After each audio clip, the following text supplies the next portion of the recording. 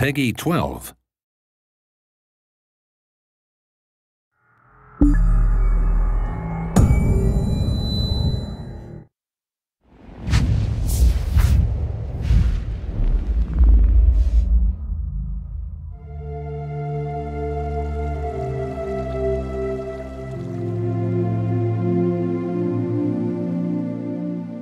With the Elder Scrolls Online, we're bringing two different groups of players together. We got the Elder Scrolls crowd, which is used to great games like Skyrim and Oblivion and Morrowind and the older games. And then we have the MMO crowd, which is used to all the great MMOs from the last 15 years. We're bringing them all together into one great game, and we're really excited to tell you about it.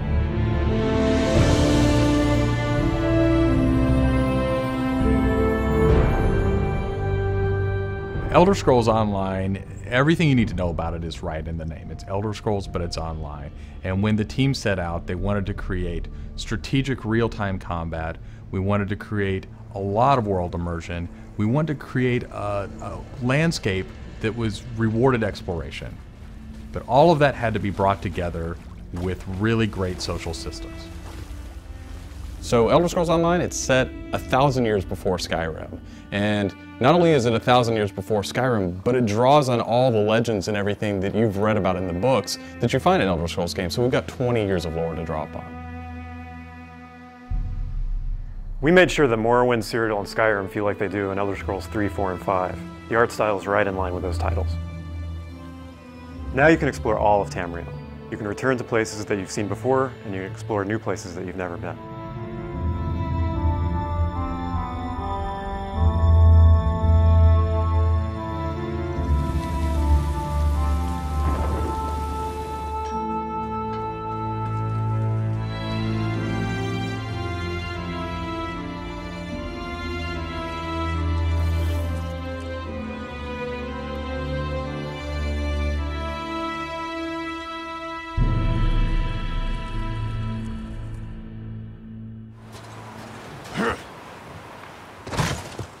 This is an Elder Scrolls combat system.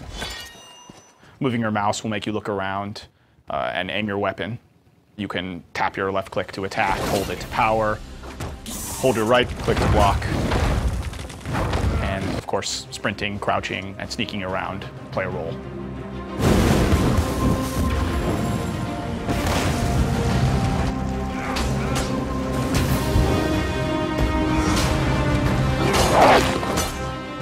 All of our characters are designed so that hundreds of them can be on screen at one time. You're going to have lots of customization options to make your character look unique. You'll find Dwarven armors, Daedric armors, Elven armors, basically all the types of armor styles and customization options that you expect from an Elder Scrolls game and the Elder Scrolls lore. By far the worst experience of any online game is at its launch, when you're trying to find your friends, you can't find people, you create a character on one shard, and then you find out everyone else is on another shard, and you have to move. That experience is not good. So we are not going to have shards. We have a technology we call Mega Server, where all players are on one server. So all your friends are right there, you just create a character, you click play, and you go. The game is smart about where to put you. It puts you in game spaces with your friends, with your guildmates. It's a way to be connected with everyone, and the game figures out where to put you. So with Elder Scrolls Online, one of the big things is that you'll be able to get together with your friends and overcome obstacles. So things like public dungeons, heroic dungeons, but most importantly, when you participate with your friends or even just with strangers, you're not competing for resources. You're all working together to overcome something, and you get equal credit for that. As a player, you're able to start off by picking one of 9 races. You'll be able to pick a class, so that's just the start though. From there, all of the choices you make with quests, all of the choices you make in which abilities you choose, which weapons you use, which armor you use, really help make your character stand out in the world. The basis for the customization system in Elder Scrolls Online is that you can use whatever weapon or armor type you actually want to use. You can play as a heavy armor character who's a tank with bow, or you can play as a mage who uses a two-handed weapon, or you can play as a sneaky guy who runs around healing people.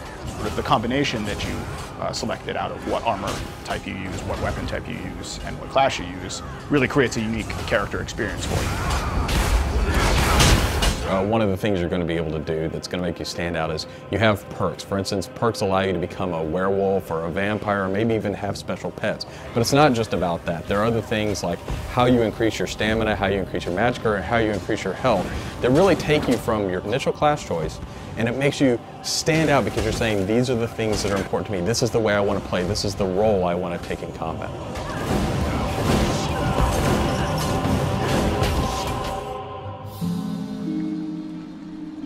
Questing in Elder Scrolls Online was built around a pretty simple concept, and that was that we wanted the player to explore.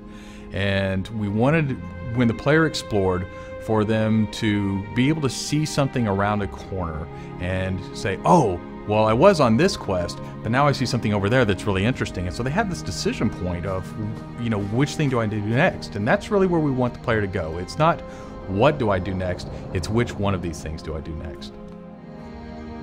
The way a player finds quests in our game is really through exploration. As they wander around the world, we have an on-screen compass, and that really points out the areas of opportunity or points of interest to the player.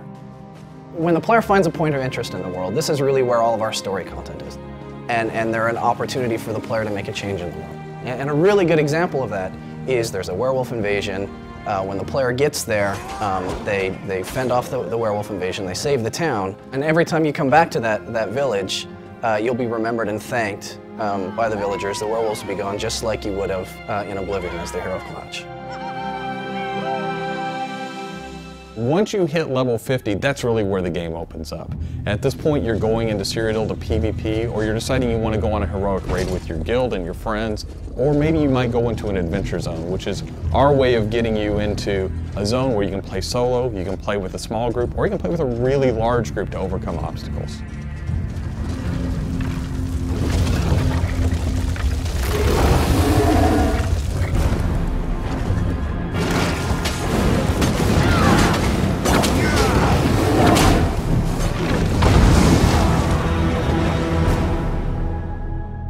PvP in Elder Scrolls Online is focused around taking various structures in Cyrodiil.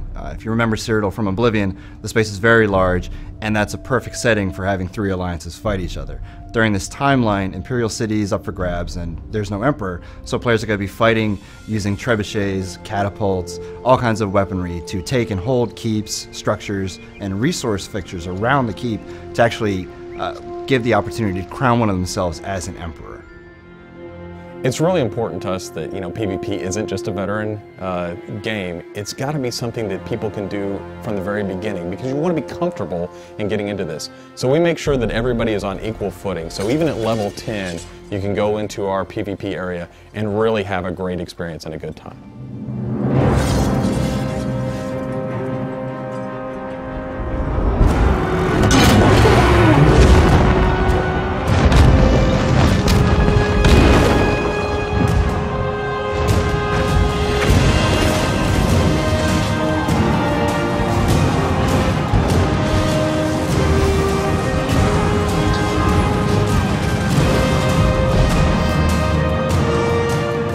With a game the size of the Elder Scrolls Online, it's really hard to, in one demo, one presentation, one video, to list everything about the game. So what you've heard today are the basics. Over time, we're going to go into more depth in everything you've heard about today, and then all the other systems which we haven't talked about yet.